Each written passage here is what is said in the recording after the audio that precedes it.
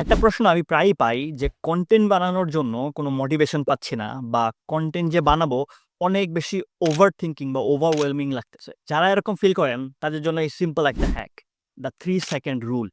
এই রুলটা হলো গিয়ে ৩ সেকেন্ডের মধ্যে যখনই আপনার মাথায় একটা আইডিয়া আসবে জাস্ট ফোন অন করবেন, বসবেন, ভিডিও বানায় ফেলবেন। ৩ সেকেন্ডের মধ্যে সবকিছু করে ফেলবেন। মানে সবকিছু আর হবে না, কিন্তু ৩ সেকেন্ডের মধ্যে আপনি পুরো প্রসেসে ঢুকে যাবেন। কারণ ৩ সেকেন্ড খুবই কম টাইম আমাদের ব্রেইনকে প্রসেস করানোর জন্য যে কি হইতে যাইতেছে, এবং ব্রেন যেহেতু খুব অল্প সময়ের মধ্যে বুঝতেছে না যে কি হবে, আপনি কিসের মধ্যে ঢুকতেছেন, আপনাকে ব্রেন অজুহাতও দিবে না। যখন আমরা অনেক সময় নিয়ে চিন্তা করি, আমরা একটা ভিডিও বানাবো, এই টপিকে বানাবো, এটা আপলোড করব, এটা এইভাবে এডিট করব, তারপর আপলোড করার পরে এতগুলো ভিউ পাবো, মানুষজন এইগুলো এগুলো বলবে।